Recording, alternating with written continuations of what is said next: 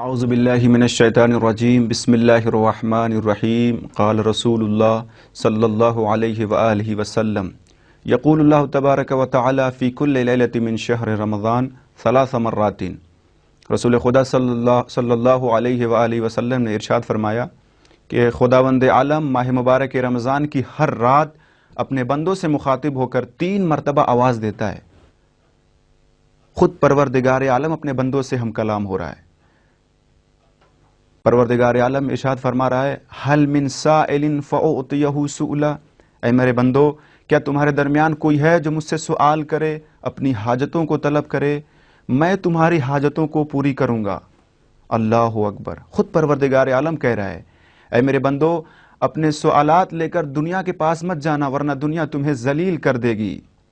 دنیا کے دروازوں پہ دستک مت دینا، وہ دروازہ تمہارے لیے ہمیشہ کے لیے بند ہے۔ میرے دروازے پر آؤ، میرا دروازہ تمہارے لیے ہمیشہ کے لیے کھلا ہے۔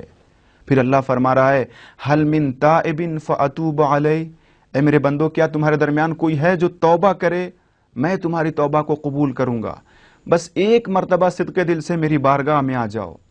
پھر اللہ کہہ رہا ہے حل من داع فاجیبہ، اے میرے بندو کیا تمہارے درمیان کوئی ہے جو دعا کرے، میں تمہاری دعا کو مستجاب کروں گا، بس ایک مرتبہ دعا کے لیے ہاتھ اٹھاؤ، میں تمہارے قریب ہوں۔ خود اللہ قرآن میں فرما رہا ہے وَهُوَ مَعَكُمْ أَيْنَمَا كُنْتُمْ، تم جہاں کہیں بھی ہو خداوند عالم تمہارے ساتھ ہے۔ بس ہمارے اندر کمی ہے کہ ہم خدا کی نعمتوں سے غافل ہیں، خدا کی رحمتوں سے مایوس ہیں۔